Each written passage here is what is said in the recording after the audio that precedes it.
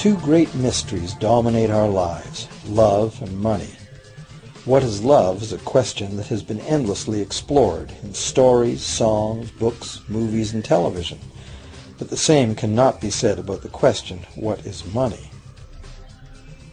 It's not surprising that monetary theory hasn't inspired any blockbuster movies, but it was not even mentioned at the schools most of us attended. For most of us, the question, where does money come from, brings to mind a picture of the mint printing bills and stamping coins. Money, most of us believe, is created by the government. It's true, but only to a point. Those metal and paper symbols of value we usually think of as money are indeed produced by an agency of the federal government called the mint. But the vast majority of money is not created by the mint. It is created in huge amounts every day by private corporations known as banks. Most of us believe that banks lend out money that has been entrusted to them by depositors. Easy to picture, but not the truth. In fact, banks create the money they loan, not from the bank's own earnings, not from the money deposited, but directly from the borrower's promise to repay. The borrower's signature on the loan papers is an obligation to pay the bank the amount of the loan plus interest, or lose the house, the car, whatever asset was pledged as collateral. That's a big commitment from the borrower. What does the same signature require of the bank? The bank gets to conjure into existence the amount of the loan and just write it into the borrower's account. Sound far-fetched? Surely that can't be true. But it is.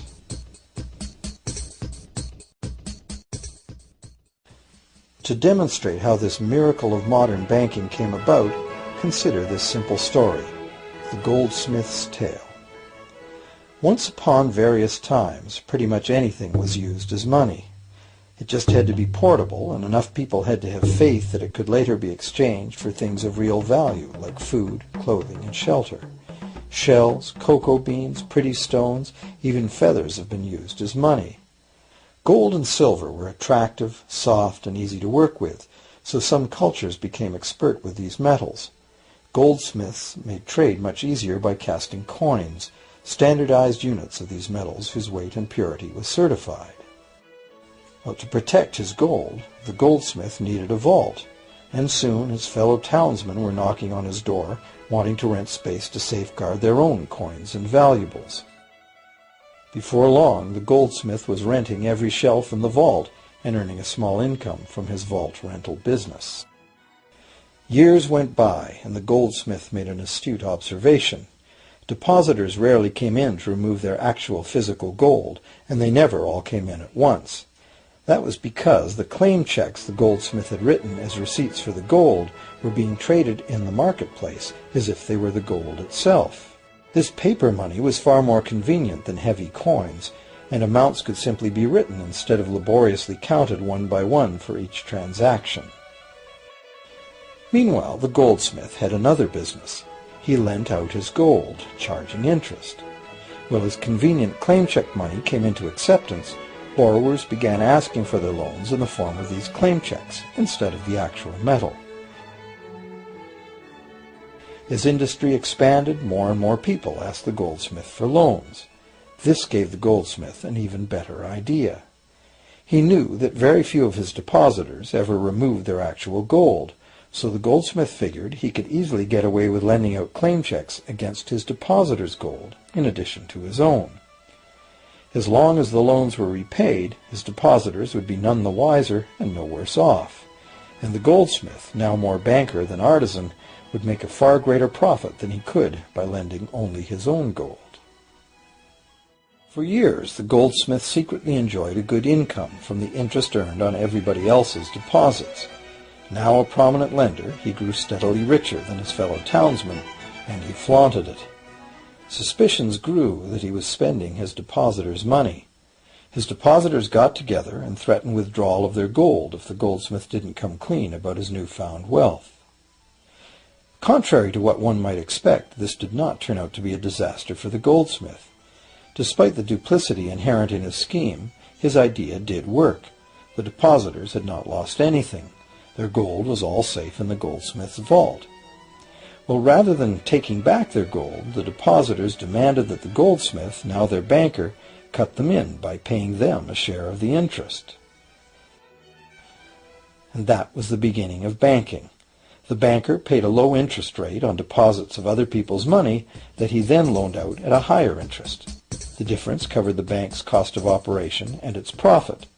The logic of this system was simple, and it seemed like a reasonable way to satisfy the demand for credit. However, this is not the way banking works today. Our goldsmith banker was not content with the income remaining after sharing the interest earnings with his depositors, and the demand for credit was growing fast as Europeans spread out across the world. But his loans were limited by the amount of gold his depositors had in his vault. That's when he got an even bolder idea. Since no one but himself knew what was actually in his vaults, he could lend out claim checks on gold that wasn't even there. As long as all the claim check holders didn't come to the vault at the same time and demand real gold, how would anyone find out? This new scheme worked very well, and the banker became enormously wealthy on the interest paid on gold that did not exist. The idea that the banker would just create money out of nothing was too outrageous to believe, so for a long time the thought did not occur to people. But the power to just invent money went to the banker's head, as you can well imagine. In time, the magnitude of the banker's loans and his ostentatious wealth did trigger suspicions once again. Some borrowers started to demand real gold instead of paper representations. Rumors spread. Suddenly, several wealthy depositors showed up to remove their gold. The game was up. A sea of claim check holders flooded the street outside the closed doors of the bank.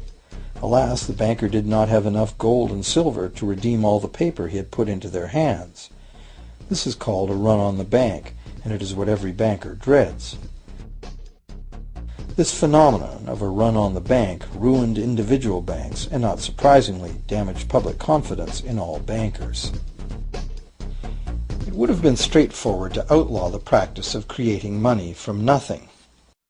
But the large volumes of credit the bankers were offering had become essential to the success of European commercial expansion, so instead the practice was legalized and regulated. Bankers agreed to abide by limits on the amount of fictional loan money that could be lent out. The limit would still be a number much larger than the actual value of gold and silver in the vault. Quite often the ratio was 9 fictional dollars to 1 actual dollar in gold. These regulations were enforced by surprise inspections. It was also arranged that, in the event of a run, central banks would support local banks with emergency infusions of gold. Only if there were runs on a lot of banks simultaneously would the banker's credit bubble burst and the system come crashing down.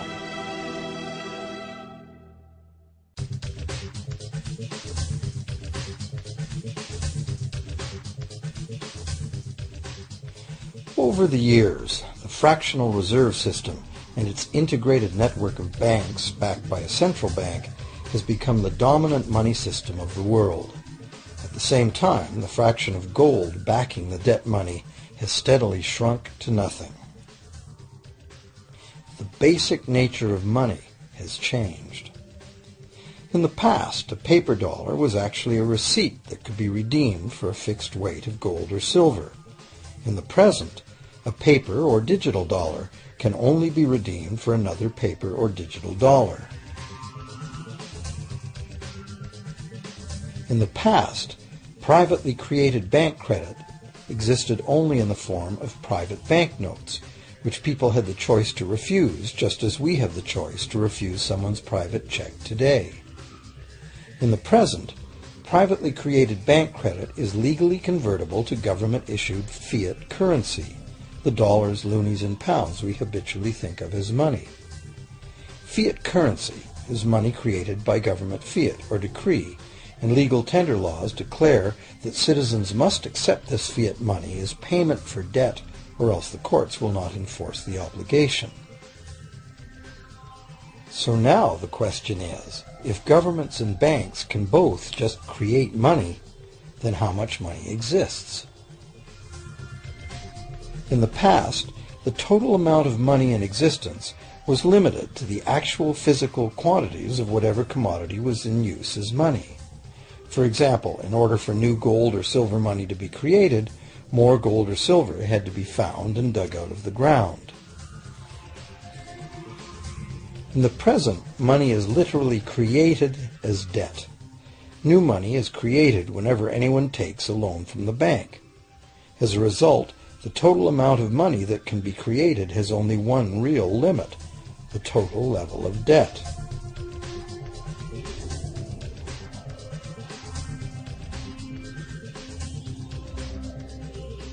Governments place an additional statutory limit on the creation of new money by enforcing rules known as fractional reserve requirements.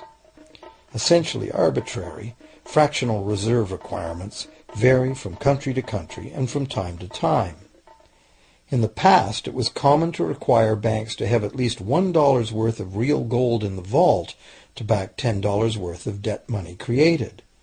Today, reserve requirement ratios no longer apply to the ratio of new money to gold on deposit, but merely to the ratio of new debt money to existing debt money on deposit in the bank. Today, a bank's reserves consist of two things: the amount of government-issued cash or equivalent that the bank has deposited with the central bank, plus the amount of already existing debt money the bank has on deposit. To illustrate this in a simple way, let's imagine that a new bank has just started up and has no depositors yet. However, the bank's investors have made a reserve deposit of $1,111.12 of existing cash money at the central bank. The required reserve ratio is 9-to-1. Step 1. The doors open and the new bank welcomes its first loan customer. He needs $10,000 to buy a car. At the 9-to-1 reserve ratio, the new bank's reserve at the central bank, also known as high-powered money, allows it to legally conjure into existence 9 times that amount, or $10,000, on the basis of the borrower's pledge of debt. This $10,000 is not taken from anywhere. It's brand new money simply typed into the borrower's account as bank credit.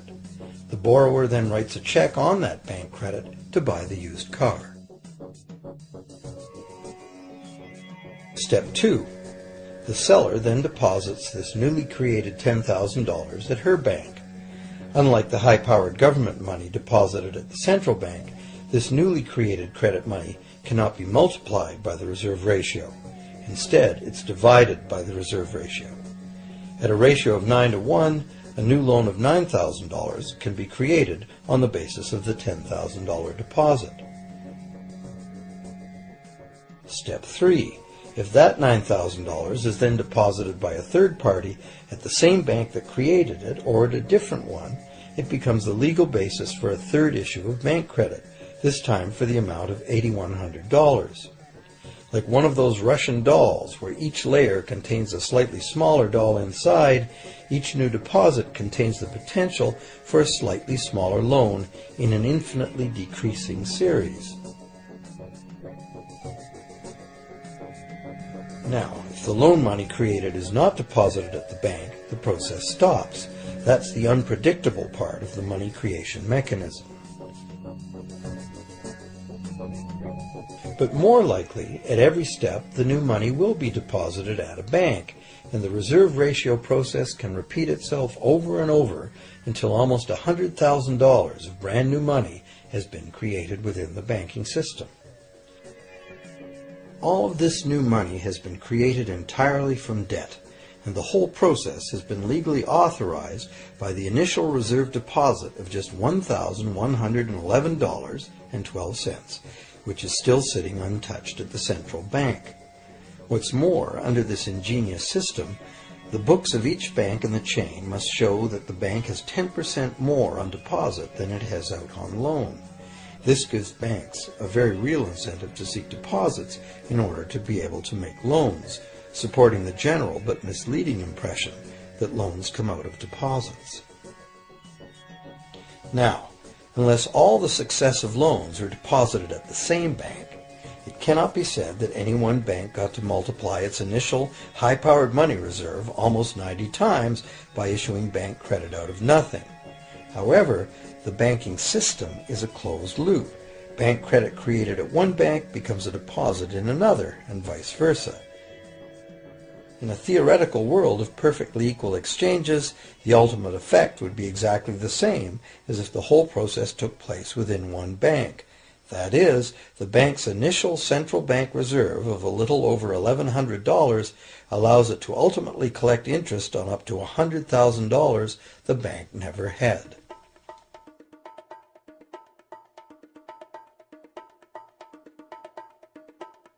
If that sounds ridiculous, try this.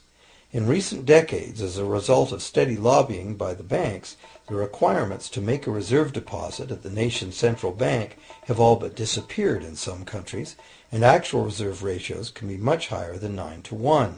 For some types of accounts, 20-to-1 and 30-to-1 ratios are common. And even more recently, by using loan fees to raise the required reserve from the borrower, banks have now found a way to circumvent reserve requirement limitations entirely. So, while the rules are complex, the common sense reality is actually quite simple. Banks can create as much money as we can borrow.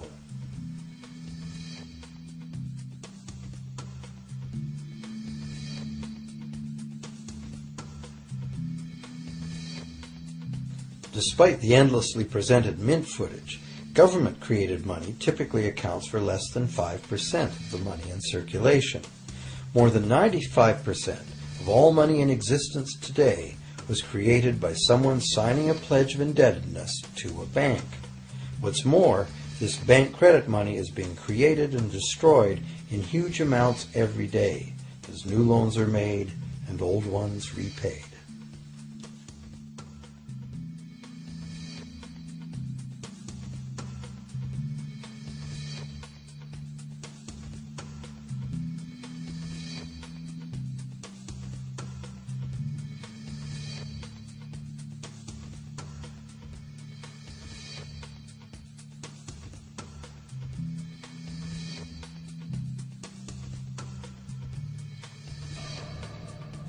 Banks can only practice this money system with the active cooperation of government. First, governments pass legal tender laws to make us use the national fiat currency. Secondly, governments allow private bank credit to be paid out in this government currency. Thirdly, government courts enforce debts. And lastly, governments pass regulations to protect the money system's functionality and credibility with the public, while doing nothing to inform the public about where money really comes from. The simple truth is that when we sign on the dotted line for a so-called loan or mortgage, our signed pledge of payment, backed by the assets we pledge to forfeit should we fail to pay, is the only thing of real value involved in the transaction. To anyone who believes we will honor our pledge, that loan agreement or mortgage is now a portable, exchangeable, and saleable piece of paper. It's an IOU. It represents value and is therefore a form of money. This money the borrower exchanges for the bank's so-called loan. Now, a loan in the real world means that the lender must have something to lend. If you need a hammer, my loaning you a promise to provide a hammer I don't have won't be of much help. But in the artificial world of money, a bank's promise to pay money it doesn't have is allowed to be passed off as money, and we accept it as such.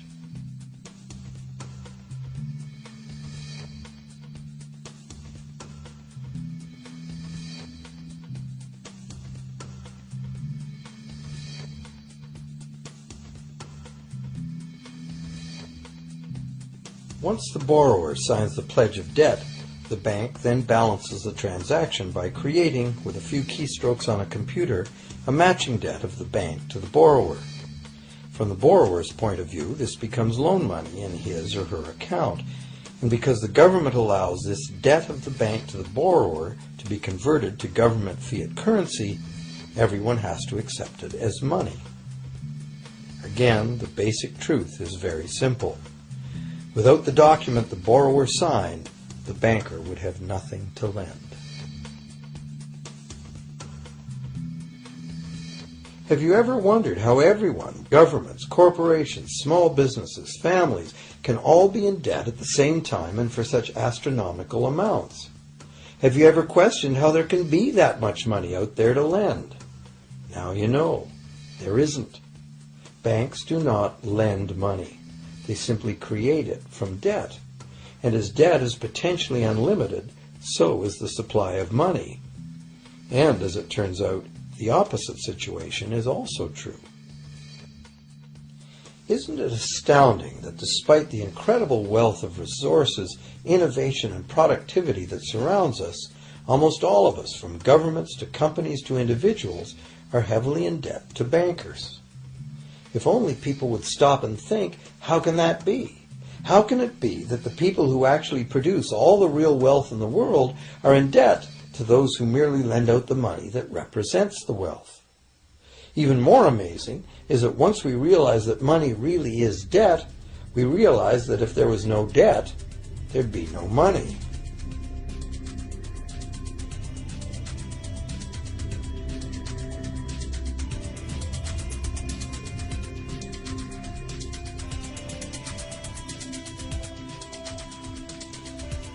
If this is news to you, you are not alone.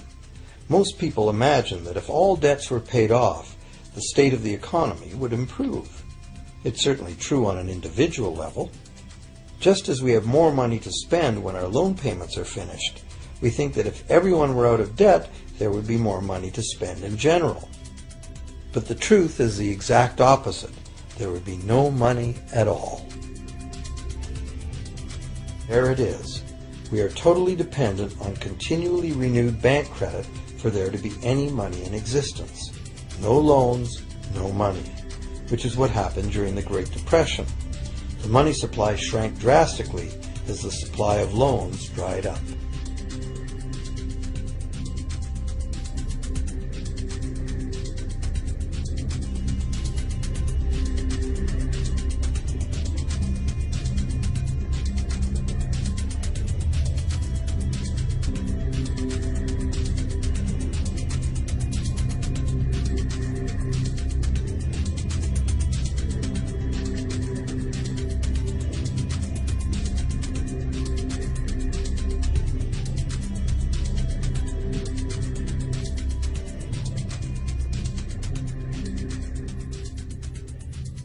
And that's not all.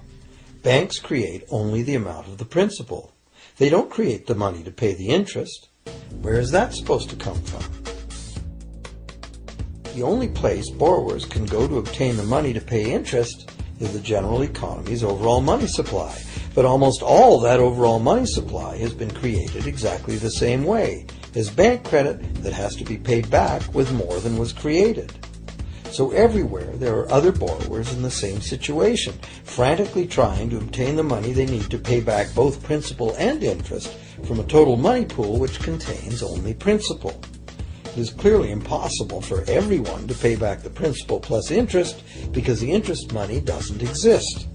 This can even be expressed by a simple mathematical formula.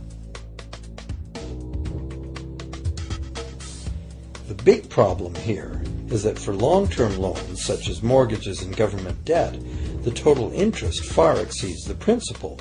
So unless a lot of extra money is created to pay the interest, it means a very high proportion of foreclosures and a non-functioning economy. To maintain a functional society, the rate of foreclosure needs to be low.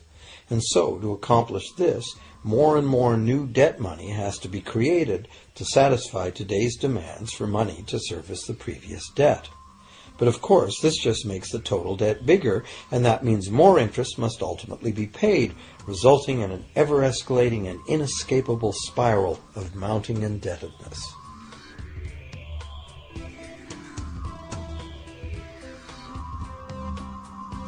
It is only the time lag between money's creation as new loans and its repayment that keeps the overall shortage of money from catching up and bankrupting the entire system.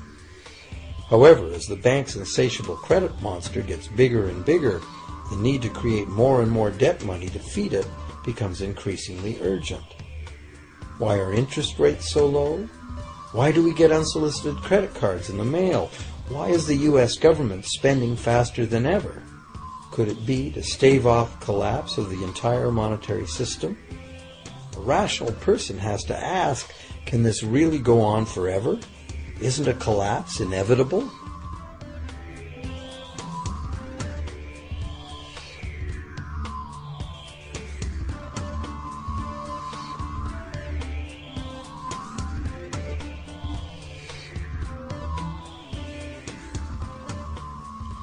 Money facilitates production and trade.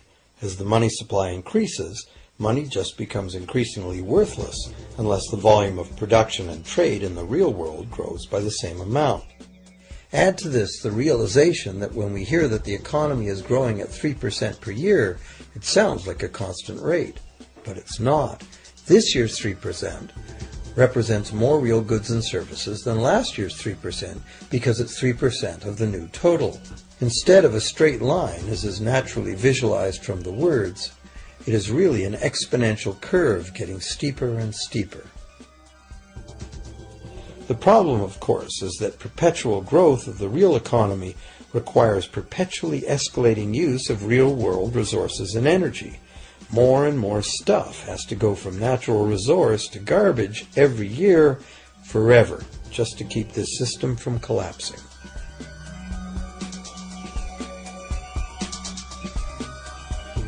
What can we do about this downright scary situation? For one thing, we need a very different concept of money. It's time more people ask themselves and their governments 4 simple questions. Around the world, governments borrow money at interest from private banks. Government debt is a major component of total debt, and servicing that debt takes a big chunk of our taxes. Now we know that banks simply create the money they lend, and that governments have given them permission to do this. So the first question is, why do governments choose to borrow money from private banks at interest when government could create all the interest-free money it needs itself? And the second big question is, why create money as debt at all? Why not create money that circulates permanently and doesn't have to be perpetually reborrowed at interest in order to exist? The third question, how can a money system that can only function with perpetually accelerating growth be used to build a sustainable economy? Isn't it logical that perpetually accelerating growth and sustainability are incompatible? And finally, what is it about our current system that makes it totally dependent on perpetual growth? What needs to be changed to allow the creation of a sustainable economy?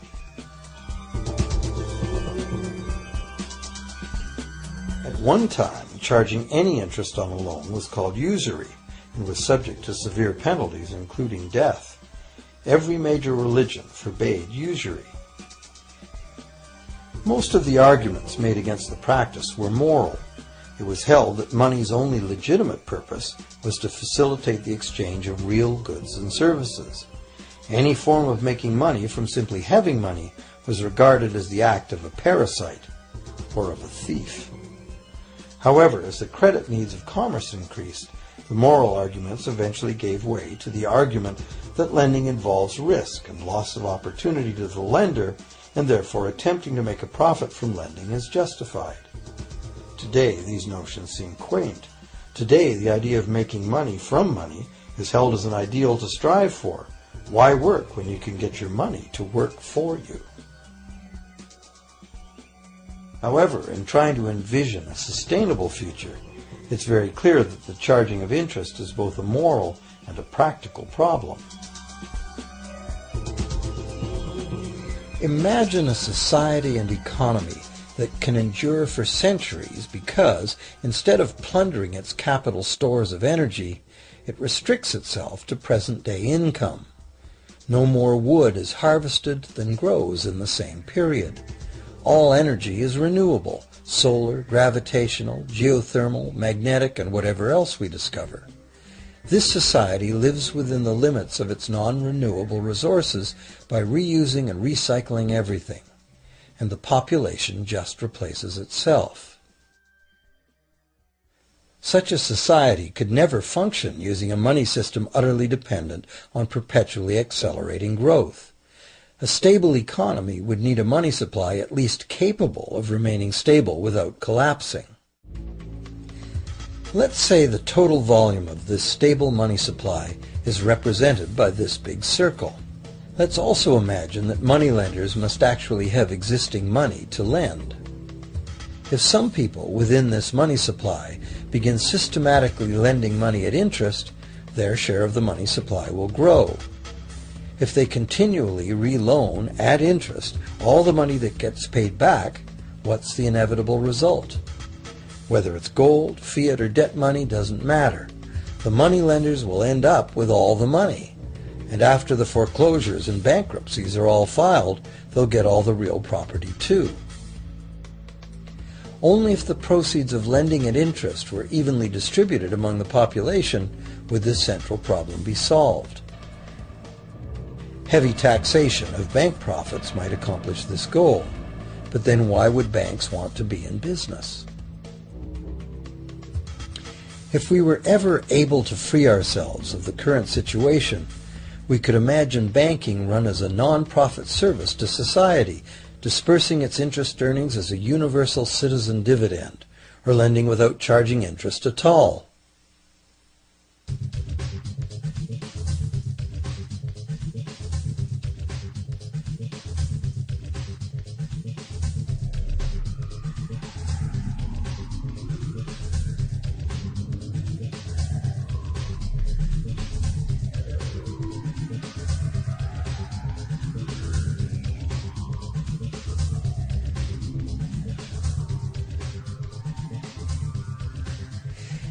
If it is the fundamental nature of the system that causes the problems, tinkering with the system cannot ever solve those problems.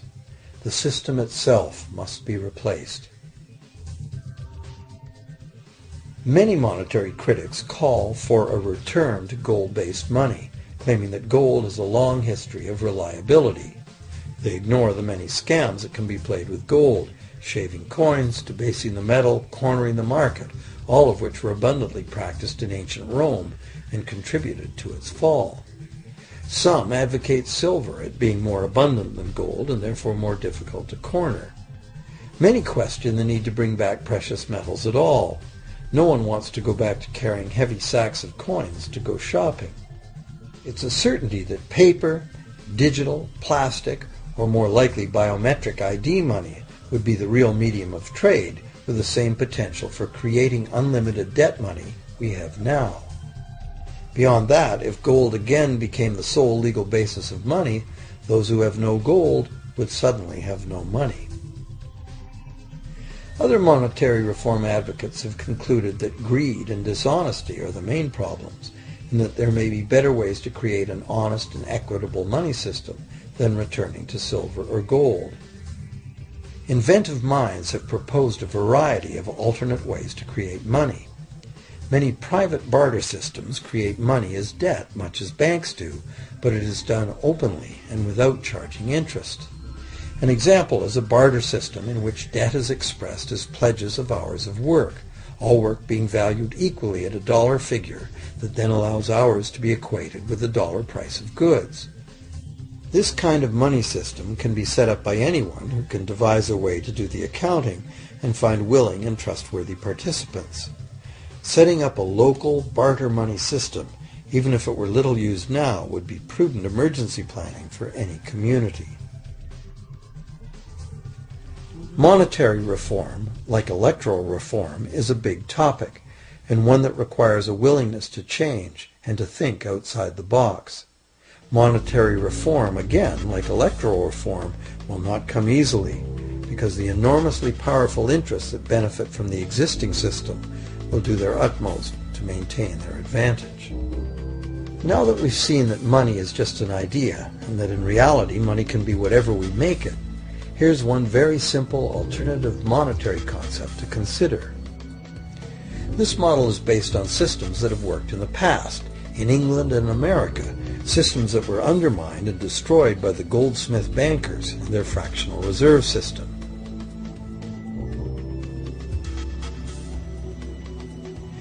create an economy based on permanent interest-free money, money could simply be created and spent into the economy by the government, preferably on long-lasting infrastructure that facilitates the economy, such as roads, railroads, bridges, harbors, and public markets.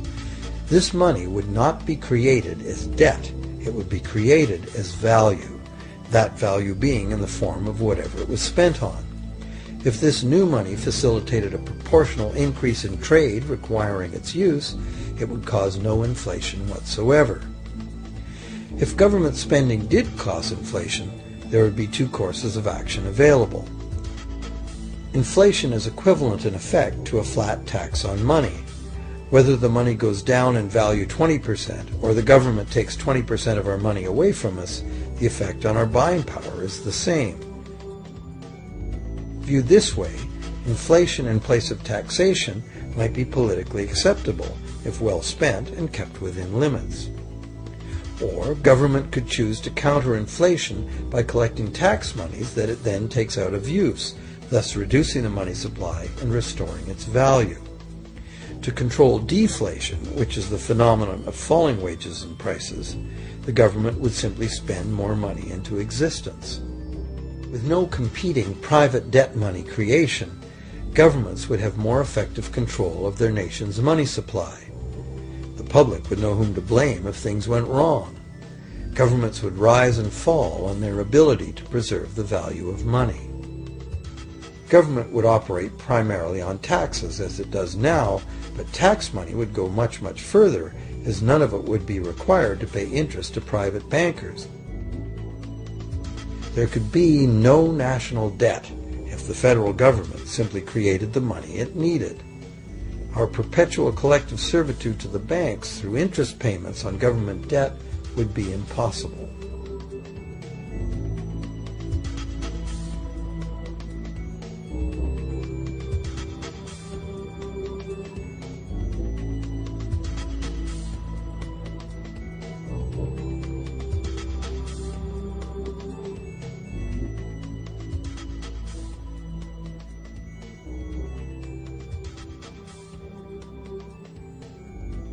What we have been taught to believe is democracy and freedom has become in reality an ingenious and invisible form of economic dictatorship. As long as our entire society remains utterly dependent on bank credit for its supply of money, bankers will be in the position to make the decisions on who gets the money they need and who doesn't.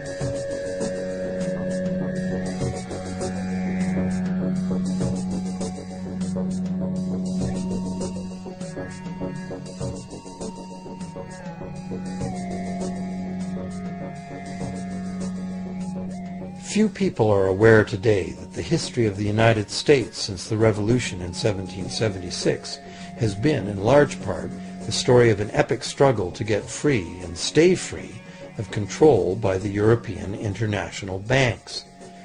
This struggle was finally lost in 1913 when President Woodrow Wilson signed into effect the Federal Reserve Act, putting the international banking cartel in charge of creating America's money.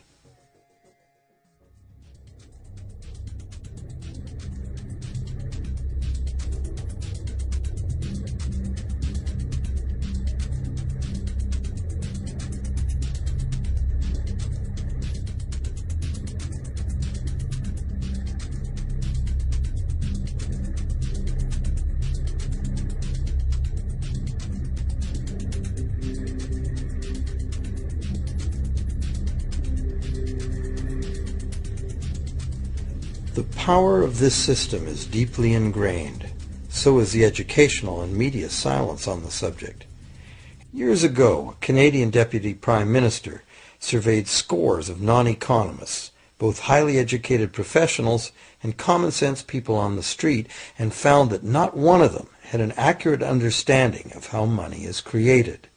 In fact, it's probably safe to say that most people, including the frontline employees of banks, have never given the matter a moment's thought. Have you?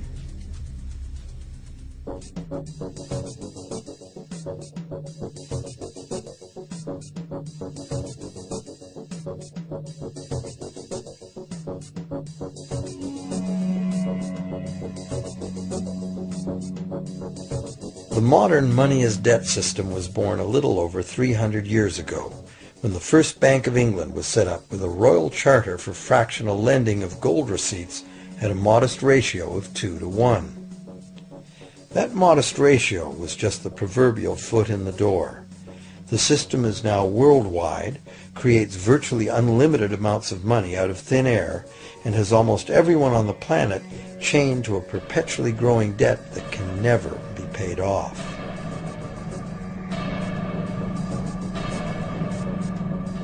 Could it have all happened by accident?